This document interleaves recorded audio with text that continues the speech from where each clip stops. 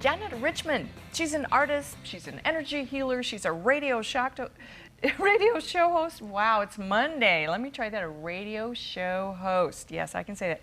And international author and a speaker. Nice to have you on with us, Janet. Oh, Sandy, thank you so much. I really am excited to be here. Well, speaking of an author, you have some best-selling books. Choices, Neutralizing Your Negative Thoughts, and Emotional Blueprint. Now, that sounds intriguing. And then your latest one is Soul Psychology, Our Journey Through the Human Kingdom Universe. What do you mean by that? Well, we actually have been through this universe. We've been on many different planets. It's a long journey. It's a big universe. It's a big universe and a long journey. We go in and out. We've been around tens of thousands of lifetimes.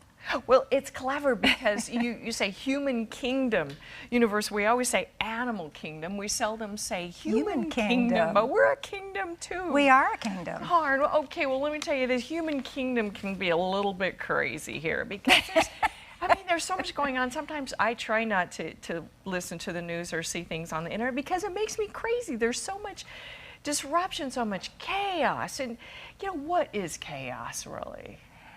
Well, chaos really is very normal. It's very natural. And it seems sometimes like it's something there to test us or punish us. But in fact, chaos is a powerful transformational energy, and you really could call it the energy of change. Well, I know whenever, astrologers say, oh, Saturn is here, or Mercury, you go, oh, no. Because they are they do bring chaos, but they're, at the same time, like you say, you learn. Those are the learning experience. Those are the ways that you learn and you progress. So yes. What about chaos don't people realize? Because everybody has chaos. Well, what people don't realize, Sandy, is that chaos, even though it brings great upheaval at times with the change, in fact, there is no negative energy. There is no negativity about the chaos. So do we bring this negativity, or it's our perspective. We see it, or what? It's our perspective, and I do want to explain that to you. Okay, so chaos is natural and good? It's natural and normal. Okay. Let me give you an example. There's a woman, she's pregnant.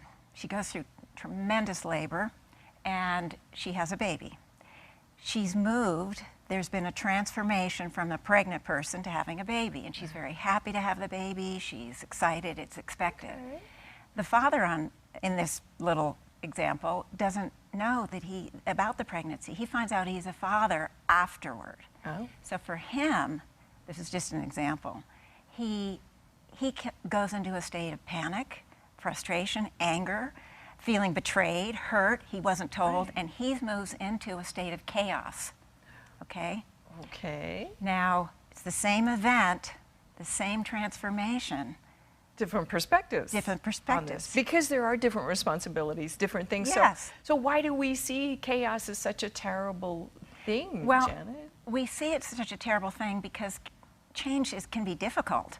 It can be scary, it can be painful, it can also be great, as I just mentioned. And so it depends a lot on the perspective.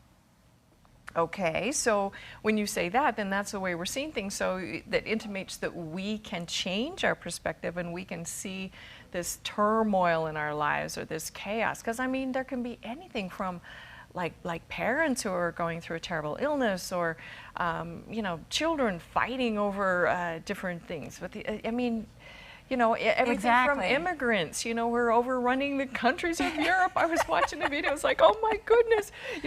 There's so much chaos. You can't control anything about it. The only thing you can control is you're in control of how you experience your own personal changes. Okay. Okay, so for example, change is difficult most of the time when something big is going on, some profound change is moving into your life for whatever reason, but you want to hold on to the old, okay? And we get upset and we want to hold on to the old, especially when change seems unexpected or it's forced upon you, like the unaware father, okay? Sure. The mother, the change was great because she was expecting it.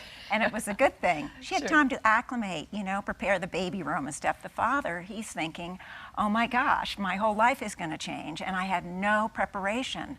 So that's what makes it difficult when we try to hold on to the old. Because change, you know, they say is inevitable. In fact, it reminds me of the movie Whiskey Tango Foxtrot, by the way, with Tina Fey. It was absolutely cute, but I actually saw it. I really enjoyed it. You remember in Afghanistan, this young soldier gets his legs blown off, and it's tragic. We think, oh my gosh, and so she goes to visit him after she gets back to the States, and he's driving his tractor on his farm, you know, and she says, I'm so sorry, it wasn't my fault, you know, and he says, no, you're not that powerful. This was not your fault.